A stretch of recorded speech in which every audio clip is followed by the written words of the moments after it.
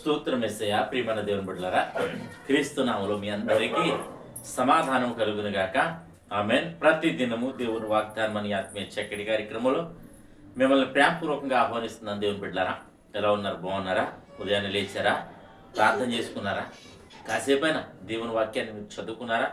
ప్రభు మరి బలపరిచే దేవుడు, విడిపించే దేవుడు, శక్తిని అనుగ్రహించే దేవుడు గనక ఆయన సన్నిధిని ప్రతి ఒక్కరూ ఉదయాన్నే లేవండి, ప్రార్థన చేసుకోండి, వాక్యాన్ని ధ్యానించండి. తద్వారా మనకు మేలు అని మీకు తెలియచేస్తూ ప్రతి దినము దేవుని వాగ్దానం అని ఆత్మీయ చక్కటి కార్యక్రమంలో వాగ్దానాన్ని చదువుతున్నాను. యెషయా గ్రంథము 44వ అధ్యాయము 24వ వచనం. గర్భము నుండి నిన్ను నిర్మించిన నీ విమోచకుడకు యెహోవా ఇలాగూ సెలవిచ్చుచున్నాడు, యెహోవానగు నేనే సమస్తమును జరిగించేవాడును, నేను ఒక్కడనే ఆకాశమును విశాలపరిచిన వాడును, నేనే భూమిని పరచిన వాడును. దేవునికి స్తోత్రం. ఇక్కడ చక్కటి వాగ్దానం ద్వారా ప్రభు మనతో మాట్లాడుతున్నాడు. ఏమనంటే, గర్భము నుండి నిన్ను నిర్మించిన నీ విమోచకుడు నేనే. మన విమోచకుడు సజీవుడు అని ఒక చోట రాయబడి ఉంటుంది. కనుక సజీవుడైన దేవుడు నిన్ను ఏం చేశాడంటే గర్భము నుండి నిర్మించుకున్నాడు. దేవునికి స్తోత్రం. హల్లెలూయా. అయితే ఇంకేమన్నా, నేను ఒక్కడనే సమస్తమును చేయగలను, భూమి ఆకాశములను చేసిన దేవుణ్ణి, నిన్ను సృష్టించిన దేవుణ్ణి, నీకు తండ్రిని. అయితే నీకు కలిగిన పరిస్థితి నుండి భయపడొద్దు అని ఉదయాన్నే దేవుడు మనతో మాట్లాడుతున్నాడు. ప్రతి దినము భయపడొద్దు అంటున్నాడు. భయపడకండి అని 366 సార్లు మించి మరొకసారి ఉంది అని మరి సేవకులు చెప్పగా విన్నాను.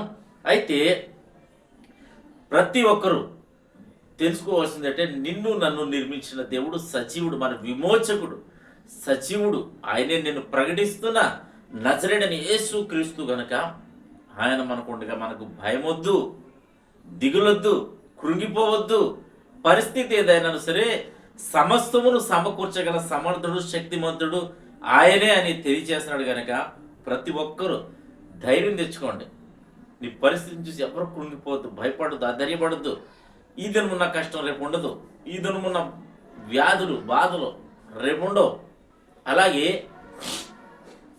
నష్టాలు, వ్యాపారాల్లో నష్టాలు కావచ్చు, వ్యవసాయాల్లో నష్టాలు కావచ్చు, రకరకాలైన పరిస్థితులు, నష్టాలలో నువ్వు వెళ్తుండవచ్చు, ఈ దినం నిందలు ఉండవచ్చు. మరి అవే రేపు పూదండలుగా మారిపోతాయని దేవుని వాక్యం సెలవిస్తుంది. కనుక నిన్ను సృష్టించిన దేవుడు, నిన్ను నన్ను నిర్మించిన దేవుడు సజీవుడు, మన విమోచకుడు సజీవుడు. గనక ఆయన వైపు చూస్తూ ముందుకు సాగిపోవాలని ఉదయాన్నే ఈ వాగ్దానాన్ని బట్టి ప్రతి ఒక్కరూ, గర్భము నుండి మనల్ని నిర్మించిన వాడు ఆయనే, సమస్తమును జరిగించేవాడు ఆయనే. గనక నీ పక్షమున కీడొస్తుందా? ఆయన అనుమతించాడు. మరి దుఃఖం కలుగుతుందా? ఆయన అనుమతించాడు. ఎందుకంటే నిన్ను పరిశోధించాలని, మరి నిన్ను శుద్ధ సువర్ణంగా మరి మెరిపించాలని దేవుడు కోరుకుంటున్నాడు. గనక నువ్వు మెరిసినప్పుడు ఆయన మురిసిపోవాలని మరి ఆశపడుతున్నాడు. కనుక మరి శోధనకు సహించిన వాడు ధన్యుడని వాక్యం ఉంది. మరి ప్రతి ఒక్కరూ వాగ్దానాన్ని బట్టి ధైర్యం తెచ్చుకోండి. ఆయనే సమస్తమును నీ పక్షంగా మేలుకై సమస్తమును జరిగిస్తాడని మీకు తెలియచేస్తూ దేవుడి మాటలు దీవించను గాక. ఆమెను ప్రార్థన చేసుకుందాం. స్తోత్రము తండ్రి, వందనాలు యేసయ్యా. ప్రతి దినము దేవుని వాగ్దానం అని ఆత్మీయ చక్కటి కార్యక్రమంలో తండ్రి మీరు ఇస్తున్న వాగ్దానం బట్టి స్తోత్రాలు.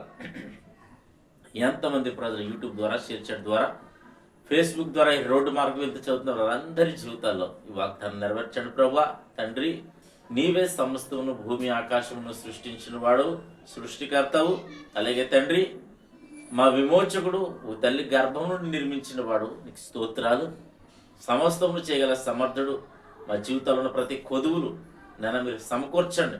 నీ రాకడ అతి త్వరలో ఉంది కనుక ప్రభువా, నీ రాకడకు మీరు సిద్ధపడ్డానికి కృప అనుగ్రహించండి.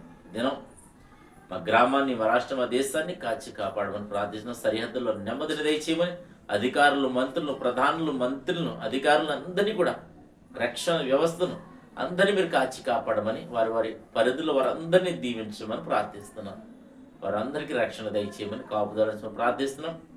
గర్భంలో గర్భఫలాలు దయచేయమని ప్రార్థిస్తున్నాం. నేను రోగులుంటే వారిని స్వస్థపరచమని ప్రార్థన, మా కోసం ప్రార్థన చేస్తే బాగుండు పలానా అంశం మీద అన్న ప్రతి ఒక్కరి అవసరతలు క్రీస్తు నామములో మీరు తీర్చమని ప్రార్థిస్తూ, ఈ దినం ఎవరైతే మ్యారేజ్ డే బట్టి జరిపించడానికి బిడ్డలందరికీ నాయన నీ యొక్క క్షేమము సమాధానం ఈ సంవత్సరం అంతా ఇన్ని దయ కిరీటం ఉంచి మీరే మహిమ పొందమని క్రీస్తునామని ప్రార్థన అడుగుచున్నాం పరమ తండ్రి.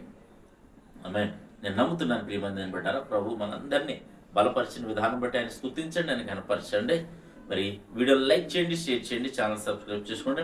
అలాగే ఈ దినం ఎవరైతే మ్యారేజ్ డే బట్టి జరిగిన మీ అందరికీ క్రీస్తునామములో నా శుభాలు తెలియజేస్తాను. దేవుడు నిన్ను కుటుంబాన్ని దీవించును గాక. ఆమేన్.